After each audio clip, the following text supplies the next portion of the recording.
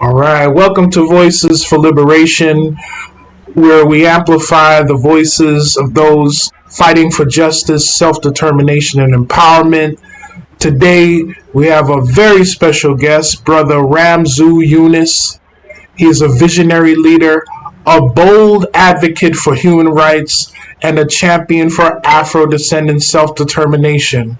From spearheading initiatives like the Republic of Detroit to organizing the human rights policy officers, his work challenges the status quo and inspires communities to reclaim their power. In this conversation, we'll do a deep dive into his mission, the struggles and triumphs along the way, and what true liberation means for our people. This is a conversation about empowerment and the future we must build together.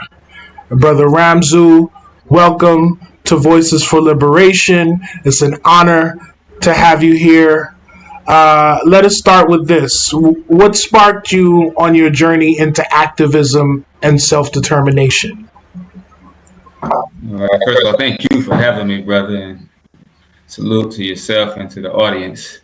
Hope you all can hear me. You know, I'm in Egypt and my reception is not that good here, but I'm going to do what we can do. What sparked me, man, I call it the Malcolm X story, because I was in prison as a youth. I went to prison at 18 years old, and it was in prison where I discovered myself, basically, and learned about the history of Black people, and because I was questioning why all of us were in there, why were me and my peers and everybody in the prison looked like me, the majority was us.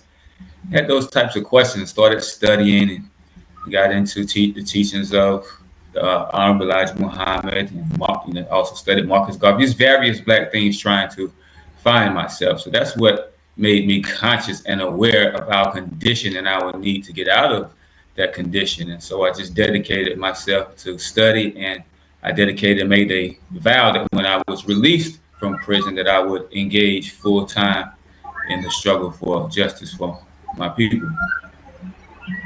Yes, sir. That's a blessing. And I know I've seen you around for years, either Detroit or Atlanta. So I'm proud of a lot of the things that you're doing. And one thing I'd like to ask, the Republic of Detroit, it represents a bold move towards self-determination for Afro-descendants. Can you elaborate on self-determination and the vision and objectives behind this initiative? What challenges have you encountered establishing the Republic, and how have you addressed them? Yes, well, the move was for Black independence, for Black people in general.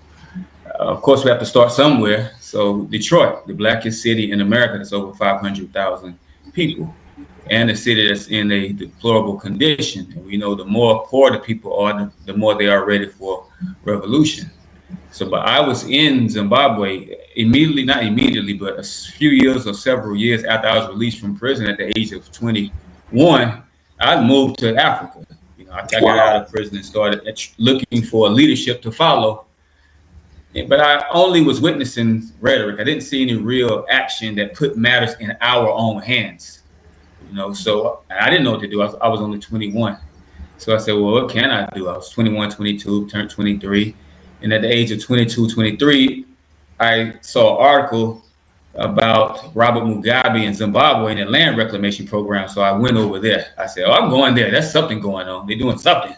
So I just went to Zimbabwe, and I lived there for quite some time. I basically grew up into my adulthood in Zimbabwe, and actually made it to the level of even working with President Mugabe, his government. And from them, other governments, like I went representing Mugabe's office to Venezuela, met Hugo Chavez, and was meeting different people around the world in leadership, and was talking with them, trying to discover ways of solving our problem globally, not just in Africa, but in Black people in America, of course, because that's what's my main concern anyway. And I kept running into them telling me that we're struggling for the wrong thing in America. Like, you shouldn't be, y'all trying to include yourself, your leaders, they talk about the main leaders they see on TV, et cetera, and the ones that's popular. It's just a bunch of rhetoric, brother. So I don't know why you following them. You're not going to get anywhere with that. I learned that the only struggle was for independence. Once you run your own show, why y'all keep begging these people and using rhetoric, talking noise to them instead of running your own show? So eventually, one thing led to another. I decided to come back to America and launch the Black Independence Movement. I called it Nation Time. And I didn't know where to go when I first went to America, but I questioned where should I go, and it just came to me through various channels. It kept coming up to me in my ears from various people for various reasons. Detroit, Detroit, Detroit. And I said, oh yes, Detroit.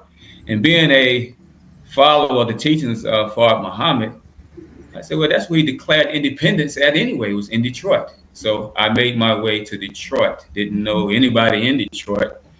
I had met John Muhammad. He had passed, and I met his minister at the time, Sami Muhammad, when I did go to Detroit, probably around 2001, 2002, something like that. But I didn't know anyone there, really. And so I called Prince Asiel from the Hebrew Israelites, and he connected me with a pastor there, a preacher, Reverend Reveille in Detroit. So I went to Detroit. We launched the movement there, and the movement was for an example to be made out of Detroit, really, for all Black America, to assert the right of self-determination. And I always like to say right of self-determination so that our people won't get it twisted.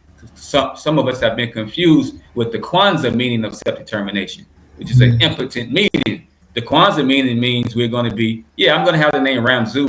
I'm going to give him the name Toby back, but I'm going to have the name Ramzu. But I'm still going to be on the plantation. That's the Kwanzaa meaning of self-determination. Now, the meaning of the right of self-determination, or self-determination in the international legal context, meaning us governing ourselves, us running the plantation. I just naming myself Ramzu on the plantation, wearing the dashiki on the plantation. So first, let's get that straight. Whenever I mention self-determination and you mention self-determination, we're talking about governing ourselves, being independent, going for self. That's what we're talking about. We're not talking about just having a Black name and all these type of things. But so that's the movement in Detroit. And how do you get self-determination? How do you assert the right of self-determination, self-government? It's a collective decision made by a people. So how do the people make that collective decision? Through a vote. So I hosted a number of referendums for the people to vote for independence in Detroit. And I let the people know, look, this is what we can get from independence. I didn't just say, let's have a Black nation, have a Black flag, red, black, and green flag, star and crescent flag. People don't care about that. The people are poor. What can the poor benefit from our liberation, from our independence? So I told the people of Detroit, we campaigned, we said, look, all these properties in Detroit, since there's a housing epidemic in Detroit and nationwide, we can take over the houses and you can have the houses for free. All of it belongs to us. Just vote for independence. And that's when everything went viral. Actually, we had tens of thousands of people signing up, coming downtown to vote. It attracted the attention of the federal government, so they stepped in and started running this show. But I don't want to get too ahead of what we're talking, of where you're at, the steps we're taking with the questions. But that's what the Detroit Initiative is. It's just us voting for, making an example, really, of independence. What's the procedures for independence? We always talk about Black power. How do you get Black power? Do we get Black power by marching? Do we get Black power by dressing up in certain uniforms and putting our fist in the air saying Black power? How do we actually get Black power? You get Black power through revolution. And revolution doesn't mean all the time violence. It means a change of power, taking of power. How can we legally take power, lawfully take power, even according to the laws of the United States, because they are in agreement. They ratify these international covenants, like the International Covenant on Civil and Political Rights. So according to their definition of Black people getting power, and the process it's as simple as us holding a vote, or having at least knowing what the collective will of the people is, and the collective will expresses that they want to be independent, so we can declare independence and take it over. And so that's the process of what we've been going through in Detroit and elsewhere. Beautiful, brother. I mean, I think I started off with the right question, because I've said it in private conversations, Ramzu is the subject matter expert on self-determination, the true meaning of it. Mm-hmm. I've been on your weekly calls twice before. You've absolutely mastered the topic, and this topic is something that is very important to our people, because specifically learning in that paper that you introduced called The Decline of Self-Determination, which was a complete eye-opener for me, and how the true letter of self-determination has been watered down. As you mentioned in the Kwanzaa definition of self-determination, right? It's not like it's been sloganeered, right? You put on some Nikes, you go shoot some jump shots. That could be self-determination, but that's not what it is, right? And in that paper, that you made me aware of on that call, and everyone that was on that call, um, it's been watered down because there's a potential conflict that can arise, especially like they were pointing, the examples they used were the European nations that were balkanized in the 90s as a result of self-determination pursuits. Now, why we lead with the Republic of Detroit, because the listener, the audience can see this as something as a topic, a taboo topic that could be considered dangerous. But you're saying like, no, this is an actual right that we have, right? That you as a human being, right? There's a declaration that you can adhere to as a human being, that there's nothing wrong with pursuing self-determination. So my question here is this: can you explain the true intent of self-determination, and why we as Afro-descendants in America and around the world, if we do have a claim, and that's what we would like to pursue, one, there's nothing wrong in doing it, and that this is your legal right as a human being. You're entitled to pursue self-determination. Can you just provide some definition and meaning behind that? Yes, well, there's a covenant, international covenant, that was drafted by the nations at the United Nations called the International Covenant on Civil and Political Rights. It was drafted and accepted in 1966, but it didn't get the required amount of nations signing on to become powered until 1976. The United States didn't ratify it until 1992. But once the United States ratified it, it means it became supreme law of the United States. Number one thing that International Covenant on Civil and Political Rights states is all peoples have the right of self-determination. By virtue of that right, they freely determine their political status and freely pursue their economic, social, and cultural development. So that's the real definition of self-determination. Our status was nothing that we determined. We were a captured people. We were enslaved people. Now we were relegated to being minorities inside of somebody else's determination. So internationally, they acknowledge that, look, all peoples have a right of self-determination. So Black people, indigenous people, those who didn't create the government of the United States, have a right to determine their own political situation. Whether we want to remain with them or be free from them, it's something that we have a right to collectively determine. They have not gotten us together and said, okay, Black people, do you really want to be under us and keep facing this oppression, or do you want to be free? Of course, the majority of us would choose freedom. But a majority of us don't even know we have a legal right to that was even ratified by the United States. Of course, there's going to be opposition. The United States don't want to lose power. They don't want to lose this group of people called Black people, or whatever they want to call us, that's empowering the country, keeping the country running, doing the workhorse of the country. They don't want to lose that, so there's going to be opposition. But if there's nothing else that we can do, we've tried it all. We tried inclusion. Now they're taking away the inclusion. We tried that. It didn't work in the first place, and now they're taking away the little inclusion that they did give us. So now if inclusion doesn't work, integration doesn't work, then what else do we have that can give us justice, put us on a sound economic footing, besides us just standing up and saying, look, we're going to control our areas. We control it. We're going to govern this. So we have no solution besides self-determination, or asserting our right of self-determination. And that definition is just, as I just said, a new political status for us. We don't have to go anywhere. where I live, I'm in Detroit. When I'm back home in America, that's black anyway. So all we have to do is stand up and say, look, this whole city that's worth $600 billion in devalued real estate, and it's worth tens of trillions of dollars in geographical value because of the fresh water. We take this and now we got $600 billion in real estate value. We got tens of trillions of dollars in value because of the geographical situation. So now we control this. You want a reparations check since you think reparations is money, but we can leverage those assets and cut everybody a check if we want to. So we can establish our own situation. But that's what self-determination is. It's simply us saying, look, we're going to control this. We're going to control the assets. We control everything in this city. You can't gentrify us. You can't brutalize us or terrorize us with your police, because now we control the police force. We got rid of that police force. We put our own police force in place. So self-determination is black power. Black power.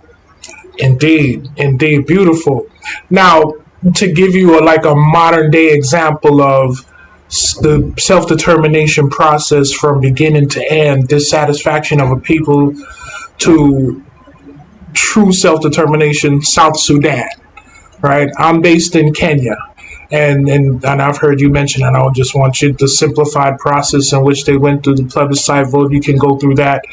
But certainly in the context of, you say South Sudan is the Republic of Detroit in this context, right?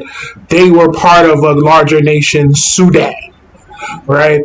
They determine we are entitled to this part of our country. I know I'm not really being accurate with the language. We're trying to give a summary for the audience to understand what this concept is and the reality. These are not just a bunch of kooky people, academic people, extremist people. No, this is the letter of the laws as it relates to human rights, that South Sudan at one point was part of Sudan. It became independent. They leveraged the resources for themselves. And as in the example that you brought up of, that they got their reparations. I'm in Kenya. Many Kenyans go to Sudan for work. To South Sudan for work. South Sudan is doing somewhat well for itself aside from the minor skirmishes among themselves, but as far as the resources, they have compensated themselves very well based on your example, real world example. Another example, and I don't want to take up too much of the conversation, but just keeping the audience in mind, just trying to provide these examples. You have the Sahel states now, right? They've formed this this union of Sahel states, Mali, Niger, and the biggest one, Burkina Faso, right? When they say they want France out, they're not fearing. They have a right, and is this in the context of self-determination, sir? Right? They say thank you. That was another administration that allowed you to stay. We are a sovereign state unto ourselves. We would like to politely ask you to leave, right? France has to pick up and leave without a fight because as a nation, they have the self-determination to say so. Now, if you're a leader and you fear repercussions, which certainly there will be dirty little tricks in the areas of intelligence, surveillance, and espionage, etc., then you might freeze and allow France to stay, right? But just want, am I using the context of self-determination accurately? Yes, sir. So, if you any insight into the South Sudan situation, just to provide context. I was just in Sudan, and should be going back any week now. The situation in Sudan is one I use often. Matter of fact, I just used it on our weekly call just last week, some days ago, because South Sudan situation represented a good example of self-determination. Very simple. Matter of fact, if you look at their ballot, it was like one hand saying bye-bye, another hand shaking in brotherhood. We want to stay united with our enemy. So you check that shape. You want to check that if you want to stay united with your enemy or your oppressor. Check that. Or you can check the box that says bye-bye, adios, we're leaving you, enemy. That's how simple it was. And that's all we have to do as a people.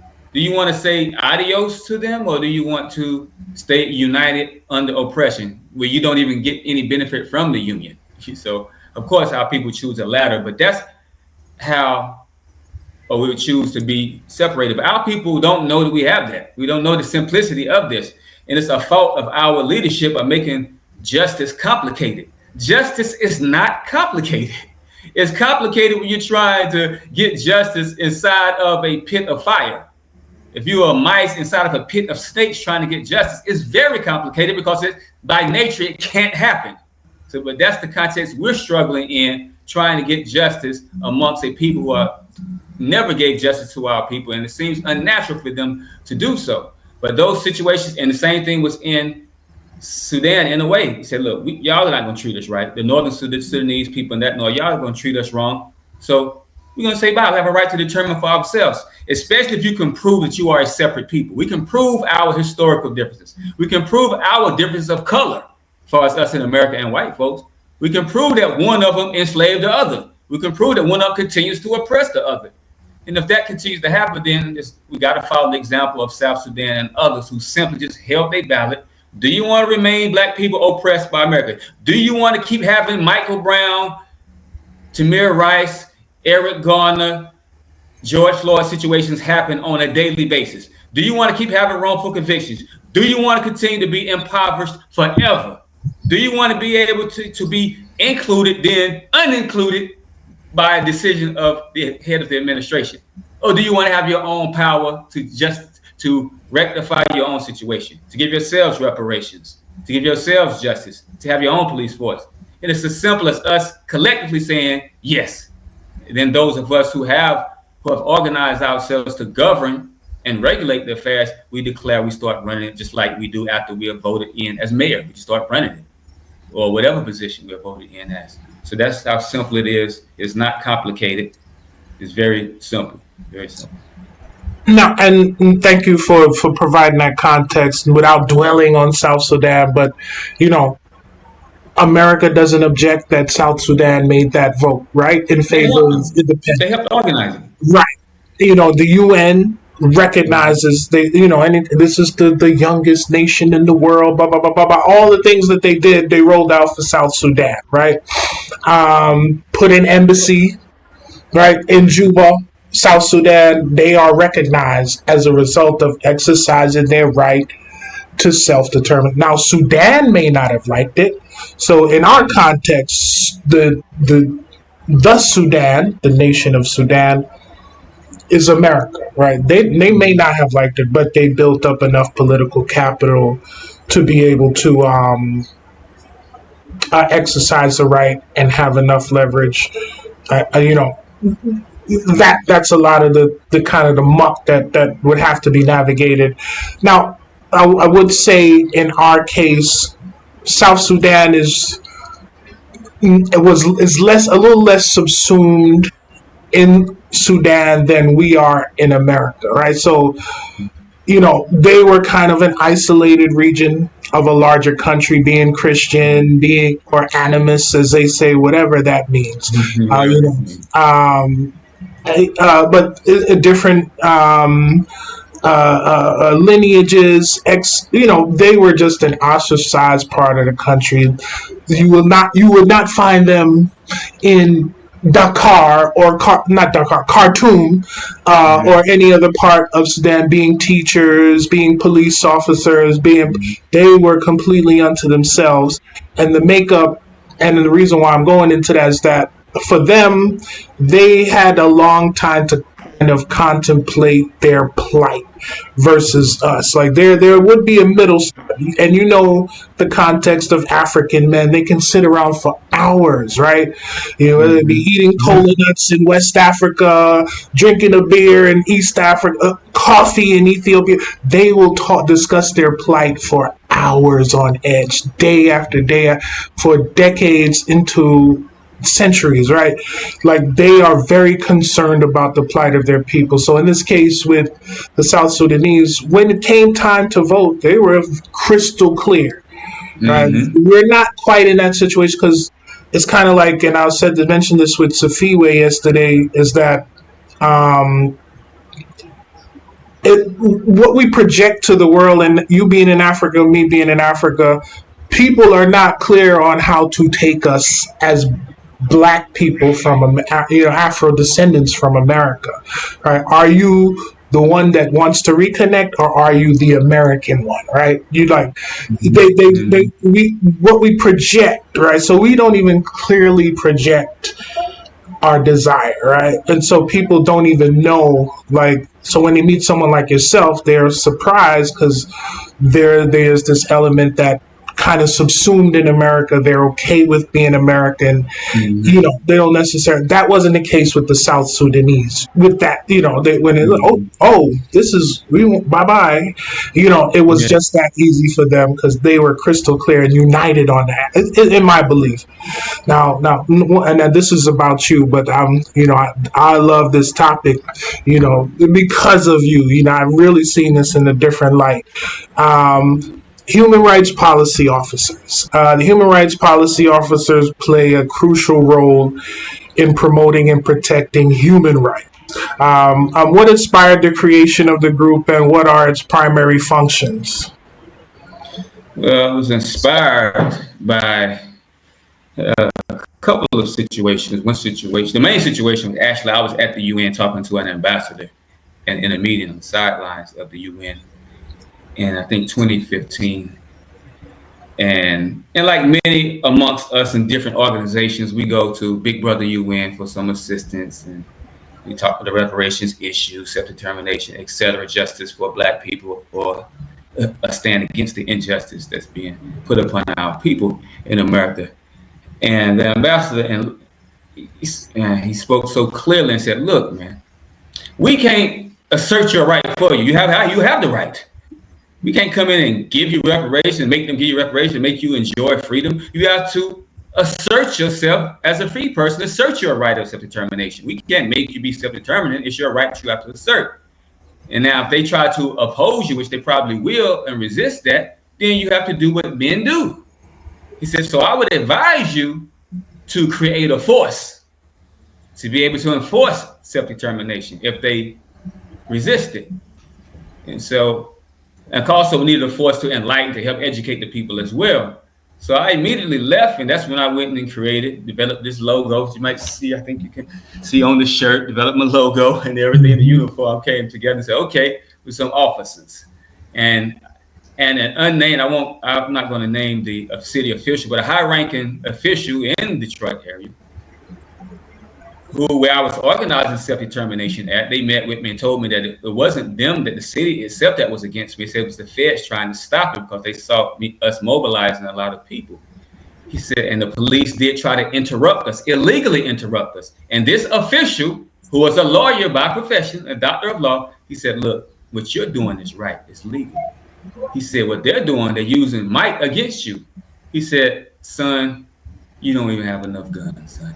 You should be able to check them. Not saying shoot it out with them, but be able to check them so they can think twice about resisting or being unlawful against or forcibly denying our right of self-determination." So that further gave me a encouragement to promote human rights policy officers, to raise an army of human rights policy officers to be able to stand and say, "Look, you're not going to forcibly deny us. You're not going to beat us up, put us in jail." Like I've been beat up and put in jail with no charges because they couldn't charge me with anything. They just want me to shut up and stop letting the people know they have a right of self-determination. So that's the purpose of human rights policy officers. But number one, we want to serve the people by educating them, making them aware of their rights. Because most people, if they knew they had that right, they would have, not most people, but a lot of people, enough to make it effective. You might have one fearless person out of 1,000 or out of 10,000. What if we get to the whole 50 million? That's a whole army then, even if you got one out of 1,000. So we have to first that's our job, is to make the public aware. Then we organize them to say, "Look, we're going to assert it. We're going to move into Detroit by the thousands and say, look, we're declaring independence." Or we can sweep through our neighborhoods and say, "Look, this is what's going on. Do you vote for independence?" We already really had a vote, so it's already official in Detroit. We just need the capacity. But any city like Detroit, a group of officers coming in, like we've done as Black Panthers, like the group under NFAT group that was there a few years ago marching all those guns. Let's just march into a city, not to demonstrate, but to self-determinate, so to speak. So now we're going to determine for ourselves, we run this. And it's nothing that they can lawfully do to stop us. And if they want to lawfully stop, they're going to think twice to hold on. When they see all them men standing up, hold on now. If it's two, they're not going to question. It's going to crush us little 2 or 3 or 4 or 5. They see thousands of us standing. They're going to say, hold on now. What are they doing in the first place? Oh, man, that's right. We have no right to stop them in the first place. You see? So, but that's what's going on in Detroit. I don't know where the question was. I done led into something else. But No, all of it is relevant, brother. The one thing is, it's about rights, right? So, the example being civil rights movement, and we're coming through all this Trump mess, but it started on King's birthday, Dr. King's birthday, on his inauguration. But just reflecting on that, is that they, from a legal standpoint, had read the Constitution, right to assembly, and it took a force and a movement for them to be recognized. They were met with resistance, right? But they persevered. They proselytized. They brought more people to the movement, and ultimately America said, "You're right, right? You're right to assemble. You're right to protest. You're right," and they had to make changes as a result of that. Now, moving into human rights, it's the same thing, and the one thing that I've heard you bring up before is that, to the degree, and I may be misquoting, and you could clarify that, and this is, I agree with it because I've seen this in the places that I've traveled to, that technically human rights is not being enforced anywhere in the world, right? Everyone is exercising might, right? And this is the might is right concept. So it's like, our people generally don't react because we believe that the right is with the mightier people, right? So whatever they say goes, so we just follow that instead of what is actually right in the area of human rights. So just speak on that a little bit, as far as where the will must lie for our people if they really want this long term. I mean, it's a conference that what's it called? A conference on African Americans and the right of self-determination that was held at Hamlin University Law School early 1993, because the United States government, a few months prior in 1992, they ratified the International Covenant on Civil and Political Rights. So these doctors of law said, oh, they ratified it. The black doctors of law said, look, the first thing in that covenant is the right to self-determination. So let's get together and discuss this and offer consultation to black leadership. Because during that conference, those lawyers or those doctors of law pointed out that, look, black people are stuck in what they called at the conference an enslavement paradigm.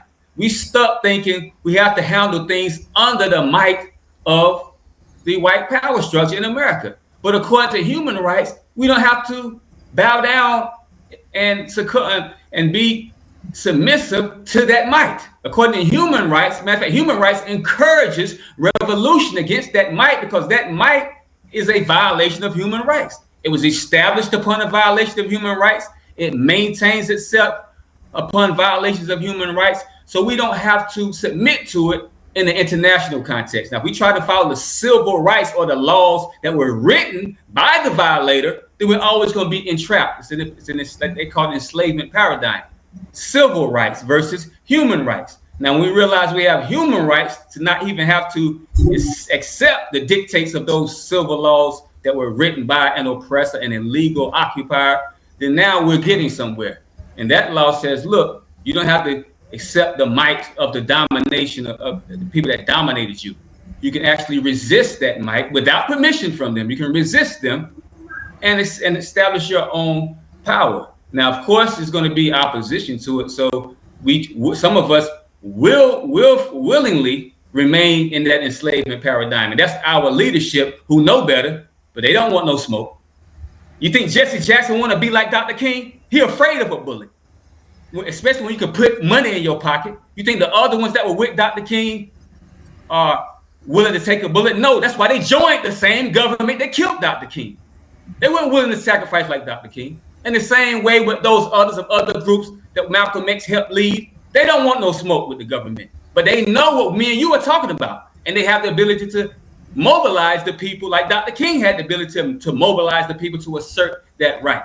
But nobody wants smoke. So there's ignorance that's keeping us in this enslavement paradigm of accepting the mic and trying to handle everything within civil rights. But we can keep on trying to vote. We keep on trying to march, keep on trying to protest. Now, some people don't know that there's something we can do besides that. But there are those, especially the main leaders of Black America, that know that there is something that we can do.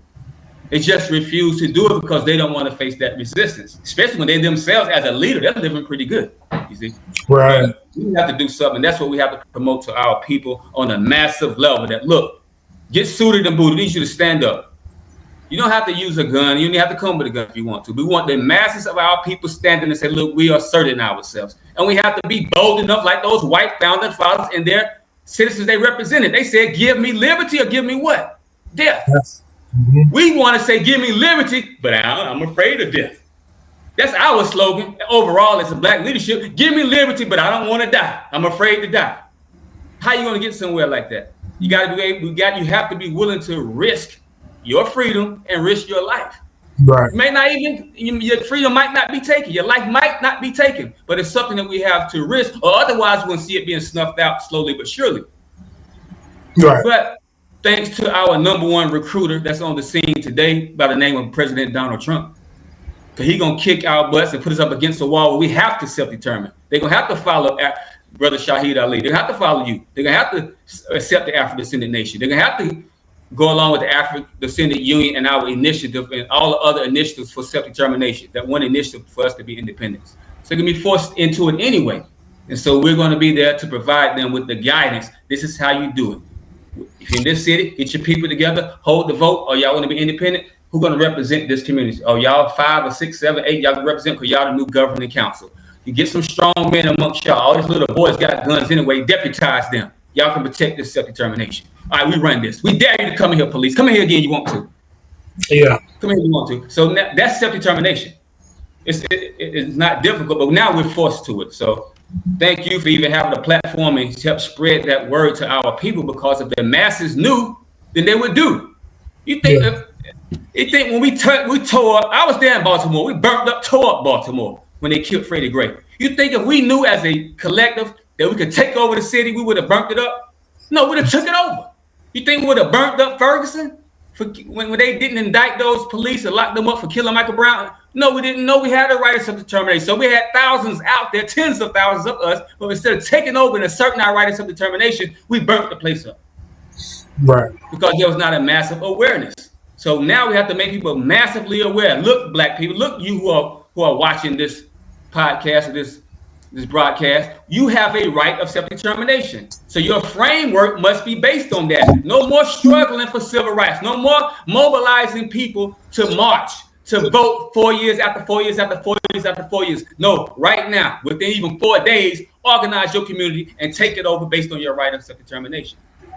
Absolutely. I mean, it's to the audience, this is not what you think, as far as this is not a rah rally, go out there with guns type of the perception that's been fed to you, right? It's just simply saying no, right? No, we will not go with the flow anymore, right? You know, it's kind of like a battered wife who continuously over years acquiesced to the abusive husband, and one day she just said no. Right, and the other times when she was saying yes, she thought she was going to get killed. But one time she found out, she said no, she didn't die, and she grew stronger from that to the point where she was able to leave. I know it's a basic example, but it's example, brother. Yes, sir. It's just say no. Right? Resist in that way. The subtle resistance. So you don't have to go all out. Don't let your fear allow you to just jump out the window. No, that's not what we're saying. It's a very high level and a simple process of just saying, if you do it. Brother Ali, yes, all sir. you have to do, look, You don't have to be crazy like and radical like Ramzu or like Brother Ali or the brothers out here. No, I'm not saying that. We're just saying vote. Just say, look, I want to be independent as a black people. We have to have a collective will that wants this. Now, then those of us who may be bold enough to stand up, now we'll stand up and say, look, we're enforcing this based on the will of the people, like they did in many, like the founding fathers of America. They didn't even have a vote. They said the people already voted us to be their representatives, so we declare independence. And by the way, they declared independence against the strongest empire in history at that time, the British Empire. They were 13 little colonies, 13 little bitty colonies in America. It wasn't even the whole United States. It was 13 colonies. They were bold enough to stand against the British Empire and declare their independence. Right. So that's what we have to do. It don't have to result. If enough of us stand up, believe me, it's not going to be a war. And matter of fact, even during the civil rights struggle, during the masses, they might have killed one or two of the leaders. They didn't shoot everybody down that was out there marching and stuff. Right. They were trying to silence just the leaders. So you all don't have to worry. We just need you to express it. It is your will to be independent and have justice by way of voting. And look, yeah, I want independence. So now, brothers like myself, Brother Ali, now we represent 50 million black people that say, look, we vote for independence. We have that willpower behind us. So even if we have to go solo, dolo, as they say, I said, okay, I'm a one-man army. I'm Rambo representing my people. And I'm going to assert this right of self-determination. And if they forcibly deny it, then I might have to literally turn into a Rambo. Right. We don't want that situation if the masses of us just simply stand up. Yes, sir. Absolutely. I know time is getting short. You got to run out real quick. But, I do want to say, yeah, we definitely have to take that stand. And I think some of the work that you've done in Detroit must have rubbed off on a few people, because I see a lot of groups of black men who are actually patrolling the streets of Detroit. There's like a movement. I can't remember. It's on Instagram. I'll send you the link. And the groups of black men I've been seeing for like a decade. Started with 100 black men in Detroit. So I think some of what you're saying is rubbing off there, or maybe just the spirit is in Detroit for that. But it feels like self-determination there. So with that said, you're in Egypt. We should have announced that on the top of the show, because it is TransAtlantic, and we know we have a bunch of Egypt enthusiasts. Just tell us about the work that's going on there, brother. And we got to bring you back. Yeah, it's Kingdom of Kush movement here. We're amongst the Nubians here in Egypt, and southern Egypt, and in Sudan as well. We have some area that's sovereign that we're building upon. Also within Egypt, we have some farmland that we're building an agri-village upon, and inviting Afrodescendants to repatriate and come back to Africa and help us do an agri-village that's collective farming. We make money together, we farm together, and we live together, and we develop an economy, a society together. And ultimately, there's land also in the same area that's sovereign, that's over 650,000 acres that we can go into and put our own flag up. It's the Kingdom of Kush. So that's the project that we are working on right here in Egypt, or Sudan, southern Sudan, the ancient Kush area. So that's what we're working on here. People are welcome to get involved. But in America, which is still my priority, I'll be back in America, in Detroit, on the ground, asserting our right of self-determination, bringing that to a conclusion in some months from now. But that's what we're doing in Egypt, brother. Brother, I'm going to ask you in front of the audience, will you please come back? Because I would love to get into that, and then the Afrodescendant Union, which we weren't able to get to here. But I know time is money, and I know you are a very busy man. But if we could get you to come back, I believe this will be beneficial for everyone. Yes, sir. Definitely will come back. I appreciate you, brother. You're doing a great work. I applaud you, brother. I applaud you. So salute to yourself for the work that you're doing and inviting me, giving me a platform to share this information for us, for our people. Yes, sir. Absolutely. Tell people, links to the site, and I'll make sure it's in the description for everyone if they're interested in learning more about the Kingdom of Kush and human rights policy officers and the Afrodescendant Union. But we will bring you back to talk about it. But plug anything you have to plug right now, brother. Okay. I want every person watching this to go to humanrightspolicy.org. I want you to register and answer your responsibility to be a human rights advocate and protector of your people. On that website, you can also register and take a class and get a certification, a human rights certification as well, through a 5-hour course that you can divide it up, for a whole week, whatever, and finish the course. But we need you. It's your responsibility, even according to international law. They have a declaration on the right and responsibility of individuals, groups, and organs of society to promote and protect universally recognized human rights and fundamental freedoms. So even at the United Nations level, they say the ultimate responsibility is yours, brothers and sisters. It's your responsibility. So stand up with us. Help us to assert this right of self-determination. Help protect our people from the tyranny of the government, and definitely the bold, outright tyranny of Donald Trump. And the only way that you can do that and guarantee yourself justice and reparations is to stand up and assert those human rights. So stand up with human rights policy officers. We're looking for 5,000 brothers and sisters to stand, to go to Detroit, and from Detroit, places like Jackson, Mississippi, and throughout the United States. We're going to have self-determination this year. We're going to protect ourselves and end the oppression this year, but it's up to you, brothers and sisters. So humanrightspolicy.us, you go to the Afrodescendants.com, and you'll see a vote there. You can also vote, get your Declaration of Independence card as well. We're organizing on a high level, bringing the groups together. We're not forming a new Afrodescendant nation or anything, but we're bringing all the groups together to have a collective assertion of the right of self-determination and work together, just like the African Union, as the Organization of African Unity, work together to make sure that those different lands were liberated. So we're doing the same amongst our people. So we need your participation, not just participation watching this podcast. We need some elbow grease, brothers and sisters. Let's put in some work. Love you all.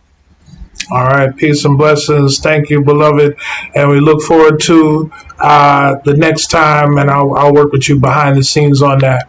But truly appreciate it, and I'll put all the links in the description, family. Peace and blessings.